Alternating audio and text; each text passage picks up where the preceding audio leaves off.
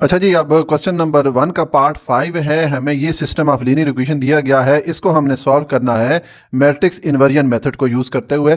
तो देखें, linear equation के बारे में मैंने इस एक्सरसाइज की शुरू में डिटेल से बताया हुआ है। अब हम ये जो इक्वेशंस हैं इनको सॉल्व करते हैं मैट्रिक्स इन्वर्जन मेथड से। तो जिस तरह कि आपको मैं पिछले पार्ट में बताता रहा हूँ कि सबसे पहला स्टेप हमारा ये होता है कि ये जो हमें इक्वेशन दी गई हैं इनको हम कन्वर्ट कर लेते हैं मैट्रिसेस में, इनके हम मैट्रिसेस बना लेते हैं। तो देखिए, हम मैट्रिक्स किस तरह बनाएंगे। एक मैट्रिक्स हम बनाएंगे कोफिशिएंट की वैल्यूज के लिए। कोफिशिएंट की वैल्यूज कौन सी है? ये जो एक्स और वाई के साथ जो नंबर्स आ रहे हैं इनको कोफिशिएंट कहते हैं। जैसे ये 3 है, -2 है, -6 है, -4 है। एक हम इनका मैट्रिक्स बना लेंगे, एक हम ये वेरिएबल्स जो आ रहे हैं एक्स और वाई इनका मैट्रिक्स बना लेंगे, और एक हम ये जो इक्वेशन की दूसरी तरफ नंबर आ रहे हैं जिनको कांस्टेंट बोलते हैं, एक हम इनका मैट्रिक्स बना लेंगे। तो देखिए, पहले मैं कोफिशिएंट का मैट्रिक्स बनाता हूं। तो मैं लिखूंगा, ये पहले हमारे पास वैल्यू 3 है, उसके बाद ये आ जाएगा -2, और उसके बाद -6, और यहाँ पर आ जाएगा 4। तो ये मैंने कोफिशिएंट मैट्रिक्स बना दिया। अब हम एक वेरिएबल्स के लिए मैट्रिक्स बनाते हैं। तो देखिए, यहाँ पर दो वेरिएबल्स है एक्स और वाई, तो ये आ जाएगा एक्स और वाई। ये हमने वेरिएबल्स मैट्रिक्स बना दिया। और अब लास्ट पे हम इक्वेशन की साइड पे जो कांस्टेंट वैल्यूज हैं उनका मैट्रिक्स बना लेते हैं। तो ये आ जाएगा 4 और 7। ये हमने 3 मैट्रिक्स बना लिए। ठीक है। अच्छा, अब देखिए, ये जो दो मैट्रिक्स हैं इनको अगर आप आपस में मल्टीप्लाई करेंगे तो आपको वापस यही वाली एक्सप्रेशन मिलेगी। ठीक है, यानी कि ये वाली एक्सप्रेशन और ये मैट्रिक्स ये एक ही है, सिर्फ इनका लिखने का हमने स्टाइल अलग-अलग कर दिया। ठीक है, लिखने का तरीका अलग-अलग है, लेकिन अगर इनको सॉल्व करेंगे तो आपको यही एक्सप्रेशन मिलेगी। अच्छा, अब नेक्स्ट हम ये करते हैं कि ये जो मैट्रिक्स हमारे पास आए इनको हम नाम दे देते हैं। तो मैं कहता हूं लेट, हम फर्ज करते हैं कि जो पहला मैट्रिक्स है जो कोफिशिएंट मैट्रिक्स है इसको मैं एक ही को रख लेता हूं। ये आ जाएगा 3 -2 -6 4। और इसी तरह ये जो दूसरा मैट्रिक्स है इसको मैं एक्स के को रख देता हूं। ये जो वेरिएबल वाला मैट्रिक्स है इसको मैंने एक्स के को रख दिया, ये आ जाएगा एक्स और वाई। ठीक है। और इसी तरह ये वाला जो मैट्रिक्स है, कांस्टेंट वाला जो मैट्रिक्स है, इसको हम बी के को रख लेते हैं। ठीक है। तो ये हमने तीनों मैट्रिक्स को नाम दे दिए। अब देखें, ये जो इक्वेशन है इसको अगर हम ये जो मैट्रिसेस हैं इनको रिप्लेस करें, हमने ये जो इनको नाम दिए, ये जो वेरिएबल्स हैं इनके साथ रिप्लेस करें, तो कोफिशिएंट मैट्रिक्स की जगह हम पुट करेंगे ए, और इस वेरिएबल वाले मैट्रिक्स की जगह हम पुट कर लेंगे x को, और इज इक्वल टू इस कांस्टेंट वाले मैट्रिक्स की जगह हम पुट कर लेंगे b को। ठीक है। अब ये हमारे पास इक्वेशन बन गई है। तो देखें, हमें क्या चीज़ चाहिए, हमें इस x मैट्रिक्स यानी कि x और y की वैल्यूज कैलकुलेट करनी है। तो x को आप एक तरफ रखें और a को दूसरी तरफ लेके जाएं। तो a यहाँ पर x से मल्टीप्लाई हो रहा है, दूसरी तरफ जाके b पे a डिवाइड हो जाएगा। ठीक हो गया। और अब नेक्स्ट आप इस a को ऊपर लेके जाएं। तो देखें, ये a की पावर क्या है, 1 है। जब भी वेरिएबल की पावर 1 होती है हम लिखते नहीं होते। तो देखें, ये a को जब ऊपर लेके जाएंगे तो इसकी पावर -1 हो जाएगी। ठीक है। और साथ में ये आ जाएगा b। तो ये हमारे पास x की वैल्यू आ जाती है। ठीक है। यानी कि ये जो मैट्रिक्स x है, ये x और y, इनकी वैल्यूज हम किस तरह फाइंड करेंगे, हमें इस मैट्रिक्स a का इन्वर्स मैट्रिक्स मालूम करना पड़ेगा। हमारे पास जब इन्वर्स मैट्रिक्स आ जाएगा वो वैल्यू हम यहाँ पर पुट करेंगे और उसको इस b मैट्रिक्स यानी कि इस वाले मैट्रिक्स से मल्टीप्लाई करेंगे, तो हमारे पास x यानी कि ये x और y की वैल्यूज आ जाएंगी। तो इसका मतलब है कि हमें ये जो इन्वर्स मैट्रिक्स है पहले ये फाइंड करना है। तो देखिए, पिछली एक्सरसाइज में हमने सीखा था कि इन्वर्स मैट्रिक्स किस तरह हम फाइंड करते हैं। किसी भी मैट्रिक्स अगर इन्वर्स मालूम करना हो, जैसे ये मैट्रिक्स ए है, इसका मैं इन्वर्स मालूम करता हूं, तो मैंने लिखा A inverse is equal to, और इसका फार्मूला होता है एडजॉइंट ऑफ ए और डिवाइडेड बाय डिटर्मिनेंट ऑफ ए। यानी कि हम इस मैट्रिक्स का डिटर्मिनेंट मालूम करेंगे और इस मैट्रिक्स का एडजॉइंट मैट्रिक्स मालूम करेंगे। जब हमारे पास दोनों वैल्यूज आ जाएंगी, हम इस फार्मूले में पुट करेंगे तो हमारे पास इस ए इन्वर्स की वैल्यू आ जाएगी। ठीक है। तो मैं पहले डिटर्मिनेंट कैलकुलेट करता हूं, इस मैट्रिक्स ए के लिए डिटर्मिनेंट फाइंड करता हूं। मैं यहां पर फाइंड करूंगा। तो देखें, अब इस मैट्रिक्स ए का हम डिटर्मिनेंट मालूम करेंगे। तो मैं लिखूंगा ए डिटर्मिनेंट। मैंने मैट्रिक्स ए को 2 बार्स के अंदर लिखा, उसके बाद इसकी जो एंट्रीज हैं उनको भी इस तरह बार्स के अंदर शो कर दें। तो ये आ जाएगा 3 -6 -2 और 4। अब इसका हम डिटर्मिनेंट फाइंड करेंगे। तो डिटर्मिनेंट फाइंड करने के लिए क्या फार्मूला होता है, ये जो एंट्रीज होती है इनको हम क्रॉस मल्टीप्लाई कर लेते हैं, यानी कि ये दो एंट्रीज आपस में मल्टीप्लाई कर लें और ये दो एंट्री आपस में मल्टीप्लाई कर लें। तो ये आ जाएगा 3 × 4। हमने ये दो एंट्री मल्टीप्लाई की, उसके बाद माइनस का साइन आएगा, ये फॉर्मूले वाला माइनस है। उसके बाद आप ये -6 को मल्टीप्लाई कर लें -2 के साथ। ठीक है। मैं ये रिमूव कर लेता हूं। तो अब देखें, इसको आप सिंप्लीफाई करें, 3 4 से मल्टीप्लाई होगा तो 12 आ जाएगा। ठीक है। और यहाँ पर ये आ गया माइनस, ये -6 -2, माइनस माइनस मल्टीप्लाई होकर प्लस हो जाएंगे, 6 2 से मल्टीप्लाई होगा तो 12 हो जाएगा। तो ये आप देखें +12 और -12 एक दूसरे के साथ कैंसिल हो जाएंगे, तो पीछे हमारे पास 0 आ जाएगा। तो हमारे पास ए डिटर्मिनेंट या इस मैट्रिक्स के डिटर्मिनेंट की वैल्यू 0 आ गई। इसका मतलब है कि ये जो मैट्रिक्स है ये एक सिंगुलर मैट्रिक्स है, ठीक है। तो जब सिंगुलर मैट्रिक्स हमारे पास हो यानी कि डिटर्मिनेंट की वैल्यू 0 हो, तो फिर हम इनवर्स कैलकुलेट नहीं कर सकते, क्योंकि देखें इनवर्स का फार्मूला ये होता है, अब यहां पर इस डिटर्मिनेंट की जगह अगर आप 0 पुट करेंगे, ऊपर जो भी वैल्यू हो, तो किसी भी वैल्यू को 0 से डिवाइड करेंगे तो आपको इन्फिनिटी मिलेगा, अनडिफाइंड आंसर मिलेगा, यानी कि इसका आंसर पॉसिबल नहीं है, ठीक है। तो हम लिख लेंगे, तो ये मैंने लिख दिया कि एज ए, ये जो मैट्रिक्स ए है इज अ सिंगुलर मैट्रिक्स, के चूंकि ये मैट्रिक्स सिंगुलर मैट्रिक्स है, ठीक है, क्योंकि इसका डिटरमिनेंट 0 के इक्वल आ गया, हेंस इसलिए सॉल्यूशन इज नॉट पॉसिबल। तो इसका मतलब है कि इसका सॉल्यूशन पॉसिबल नहीं है, जो लीनियर इक्वेशन है इनको हम सॉल्व नहीं कर सकते, ठीक है। इसलिए अगर आप इस क्वेश्चन की डिस्क्रिप्शन देखें, जो क्वेश्चन नंबर 1 है, वहां पर इफ पॉसिबल लिखा हुआ था कि अगर मुमकिन हो कि अगर दिए गए लीनियर सिस्टम का सॉल्यूशन मुमकिन हो तो फाइंड करें। अब यहां पर मुमकिन नहीं है तो मैंने लिख दिया कि इसका सॉल्यूशन पॉसिबल नहीं है। तो ये हमने इन लीनियर इक्वेशन को सॉल्व कर लिया मैट्रिक्स इन्वर्जन मेथड से। अब हम इसको सॉल्व करते हैं क्रैमर रूल से।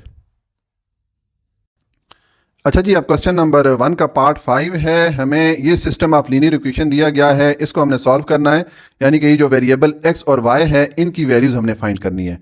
अच्छा, लीनियर इक्वेशन के बारे में मैंने डिटेल से इस एक्सरसाइज के शुरू में एक्सप्लेन किया हुआ है। अगर आप ज़्यादा डिटेल देखना चाहते हैं तो आप इस एक्सरसाइज का शुरू वाला पार्ट देख लीजिए।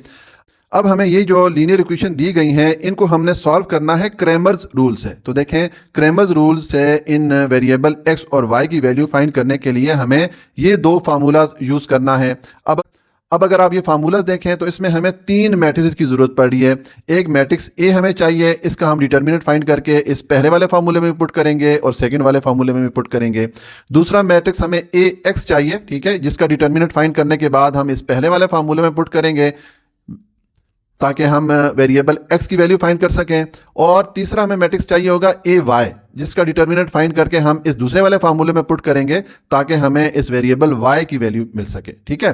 तो देखें, पहले ये तीनों मैट्रिसेस मैं लिखता हूं। पहले मैं लिखूंगा मैट्रिक्स ए, ये आ जाएगा मैट्रिक्स ए, और इसकी जो एंट्रीज हैं वो भी मैं लिखता हूं, ठीक है, ये आ गया। दूसरा हमें मैट्रिक्स चाहिए ए एक्स वाला, यानी कि ये जो फार्मूले में ये वाला मैट्रिक्स आ रहा है, ठीक है, तो इसकी भी मैं अभी एंट्रीज लिखता हूं। और तीसरा मैट्रिक्स हमें चाहिए ए वाई, यानी कि इस फार्मूले में ये जो आ रहा है, ठीक है, और इसकी भी मैं अभी एंट्रीज लिखता हूं। हम पहले जो मैट्रिक्स ए है इसकी एंट्रीज लिखते हैं। तो देखें, मैट्रिक्स ए में कौन सी वाली एंट्रीज आती हैं, ये हमें जो लीनियर इक्वेशन दी गई है इसमें ये जो कोफिशिएंट की वैल्यूज हो, कोफिशिएंट की वैल्यूज कौन सी है, ये जो एक्स वेरिएबल और वाई वेरिएबल के साथ लिखी हुई है वैल्यूज, जैसे ये 3 है, -2 है, -6 है और +4 है, इनको कोफिशिएंट कहा जाता है। तो ये वैल्यूज हम यहाँ मैट्रिक्स ए में लिख लेंगे। तो देखें, ये पहली वाली इक्वेशन है, इसमें पहली वैल्यू क्या है, 3 है, और दूसरी वैल्यू क्या है, -2 है, ठीक है।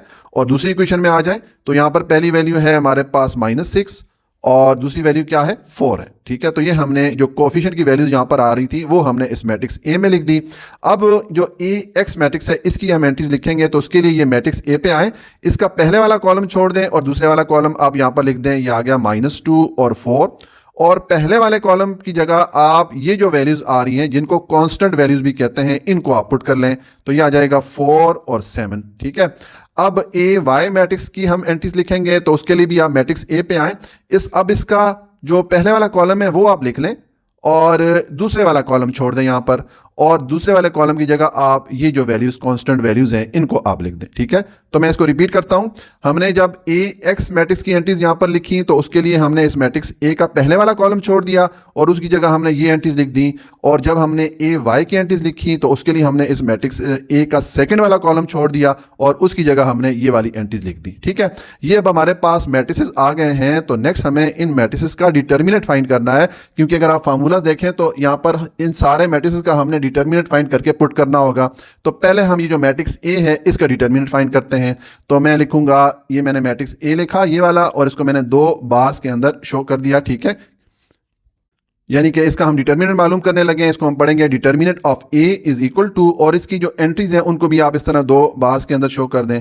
तो ये आ जाएगा 3, -2, -6 और 4। अब आप इसका डिटर्मिनेंट फाइंड करें। तो देखें, डिटर्मिनेंट के लिए क्या फार्मूला होता है, ये जो एंट्रीज होती हैं इनको हम क्रॉस मल्टीप्लाई कर लेते हैं। यानी कि इन 2 एंट्रीज को आप पहले मल्टीप्लाई करें, यह आ जाएगा 3 इंटू 4, उसके बाद माइनस का साइन आएगा, ये फॉर्मूले वाला माइनस है, और फिर आप इन दो एंटीज को मल्टीप्लाई कर लें, -6 इंटू -2 को। ठीक है, ये हमने देखे क्रॉस मल्टीप्लाई कर लिए, पहले ये एंटीज मल्टीप्लाई कर ली, फिर हमने ये एंटीज मल्टीप्लाई कर ली। अब मैं इसको क्लियर कर लेता हूं। तो अब आप इसको सिंप्लीफाई कर दें, देखें 3 4 से मल्टीप्लाई होगा तो 12 हो गया। ठीक है, और अब ये वाला पार्ट सॉल्व करेंगे तो ये -6 -2 ये आपस में मल्टीप्लाई होंगे तो माइनस माइनस मल्टीप्लाई होकर प्लस हो जाता है। ठीक है, और 6 2 से मल्टीप्लाई होगा तो 12 हो जाएगा, यानी कि ये पोर्शन जब हमने सॉल्व किया तो ये हमें वैल्यू मिली। अब इसको आप मल्टीप्लाई कर लें माइनस के साथ, तो माइनस प्लस से मल्टीप्लाई होकर माइनस हो जाएगा और ये आ जाएगा 12। ठीक है, तो आई होप कि आपको इस पार्ट की समझ आ गई होगी। अब आप इसको जब सिंप्लीफाई करेंगे तो देखें ये +12 है, ये -12 है, ये एक दूसरे के साथ डिडक्ट हो जाएंगे, तो हमारे पास डिटर्मिनेंट की वैल्यू आ गई 0, यानी कि ये जो ए डिटर्मिनेंट है इसकी वैल्यू 0 आ गई। तो देखें जब मैट्रिक्स की डिटर्मिनेंट की वैल्यू 0 आ जाती है तो इसका मतलब है कि वो मैट्रिक्स सिंगुलर मैट्रिक्स है, जिसको उर्दू में नादर कालब बोलते हैं। तो जब सिंगुलर मैट्रिक्स आ जाता है, मैं यहाँ पर लिख लेता हूँ कि चूंकि ये सिंगुलर मैट्रिक्स है, ये आ गया सिंगुलर मैट्रिक्स। हमने सिंगुलर और नॉन सिंगुलर मैट्रिक्स के बारे में प्रीवियस एक्सरसाइज में डिटेल से पढ़ा है। ठीक है, तो जब हमारे पास ये डिटर्मिनेंट की वैल्यू 0 आ जाती है, इसका मतलब है कि ये जो मैट्रिक्स ए है ये सिंगुलर मैट्रिक्स है, और इसका मतलब है कि ये जो इक्वेशन हमें दी गई हैं इनका सोल्यूशन पॉसिबल नहीं है। पॉसिबल क्यों नहीं है? देखें ये हमारे पास 0 वैल्यू आ गई डिटर्मिनेंट की। अब ये वैल्यू अगर हम इन फार्मूलाज में पुट करेंगे, यहां पर भी हमें 0 पुट करना पड़ेगा, यहां पर भी 0 पुट करना पड़ेगा, तो जब भी 0 को किसी भी वैल्यू पे डिवाइड करें तो आपको अनडिफाइंड वैल्यू मिलती है, इनफाइनाइट वैल्यू मिलती है। ठीक है, यानी कि इसका जो सोल्यूशन है वो पॉसिबल नहीं है। ठीक है, पिछले जो हमने पार्ट सॉल्व किए थे वहां पर नॉन सिंगुलर मैट्रिक्स आ रहा था, यानी कि ये जो डिटरमिनेंट की वैल्यू थी वो 0 के इक्वल नहीं थी, तो उसको हमने फर्दर सॉल्व कर लिया, उसको कैरी ऑन किया। लेकिन यहां पर इसको हम आगे सॉल्व नहीं करेंगे क्योंकि इसका सॉल्यूशन पॉसिबल नहीं है। तो मैं लिख लूंगा कि as matrix A is a singular matrix so solution is not possible. ठीक है, तो मैं यहां पर लिखता हूं